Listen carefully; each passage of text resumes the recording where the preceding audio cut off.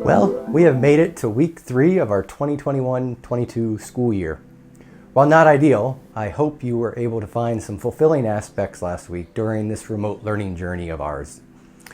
One of my personal highlights was last week's participation in the physical education house activity. It had been a long time since I had juggled the football, especially a kid's size 4 football, because that's all I had at the moment. But I hope my adapted tricks earned a few points for my house team. Check it out at the link in the corner if you're interested. Last week, we developed enough ideas about our values and actionable course class actions through individual reflection, small group discussions, and crowdsourcing. By Friday, we were able to vote on the top ideas for our classroom norms and expectations. Moving forward this week, I'll be sharing the voting results, and we will begin to work on some individual and collaborative procedures as we begin to delve into our course studies. This week, we'll be focusing on some introductory material using a case scenario that helps us explore some introductory economic concepts. The main question we'll be asking and investigating is, how are decisions made and what are the consequences of these decisions? For this simple question, we'll be able to jump into our text and content using further inquiry and also discovery-based methods. Before I share this week's timely tech tip, I'd like to provide you a window of some of what I see on my end in real time as we work during our synchronous 90-minute class sessions. When we transition to an individual and/or group work activity that's designated for, I guess you could say, off-screen segments in our lesson, I make sure I have a back-end observational view of what you are working on in real time. In some cases, I can read real-time dashboards when you are working on exercises and activities in Edpuzzle and Nearpod exercises. These data points allow me to assess your progress and evaluate your understanding of the content exercises as you work through the exercise in real time. During group work, I also have access to listen to any of the group virtual rooms at my discretion and appear and disappear when necessary. Additionally, I often rotate through the group and individual work via Google Classroom grading page by cycling through students' work via the tabs up top or just the navigation arrows as you see. I know what you may be thinking now. Oh, no. Mr. Dan is not Big Brother. I have no intentions of intruding on your work or digital learning processes. I really don't even want to interrupt you.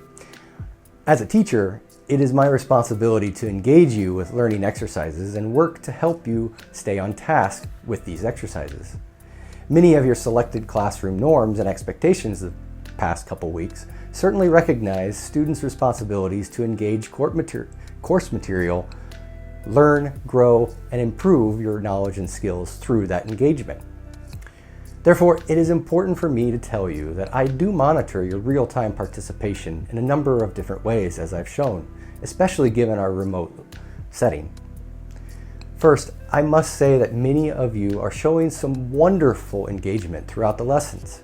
However, I am concerned and noticed that through my observations, a handful of students are lacking some real-time evidence and participation during our off-screen or screen-off class segments.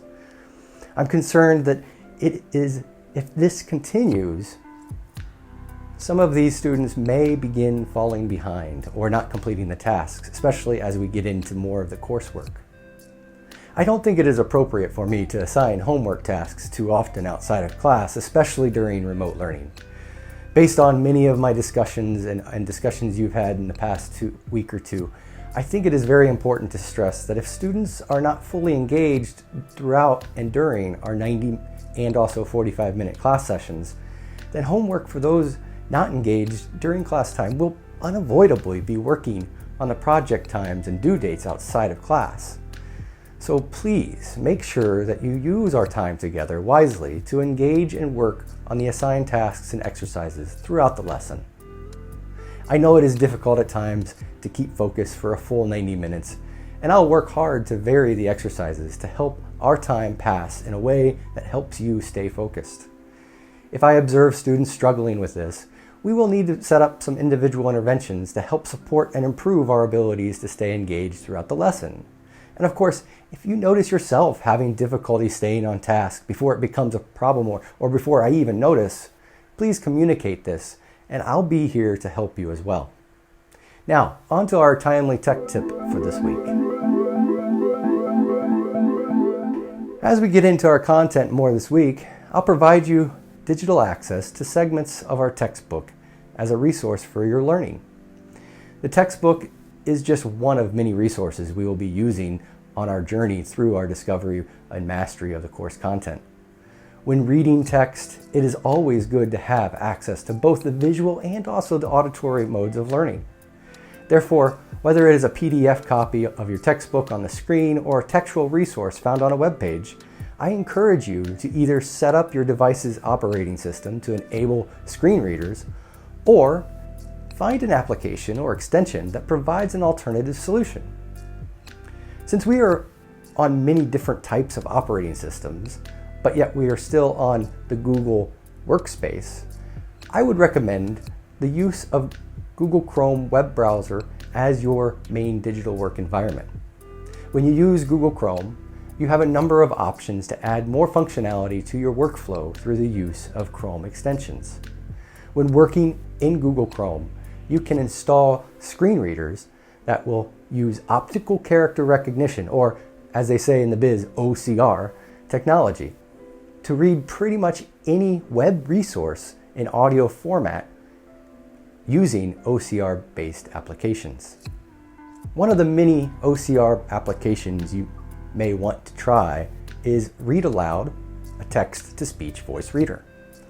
This Chrome and Firefox extension is easy to install and can be activated quickly. Here's how you can do it. Go to the Chrome Web Store, type Read Aloud, a text-to-speech voice reader into the search field. Click the application that appears. Click Add to Chrome. Pin the extension to the browser's visible extension bar. Open the course PDF's text or web page.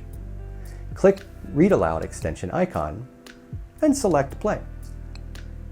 As you can see, the viewing window presents the text it is viewing and highlights the text as it reads. You can skip through the text based on your selection of the text in that window, based on your preferences, and to easily focus on the most important content of the text. You can also adjust the reader's settings through the cog button menu. As you can see, you can configure the voice playback style, speed, pitch, volume, and highlight behavior.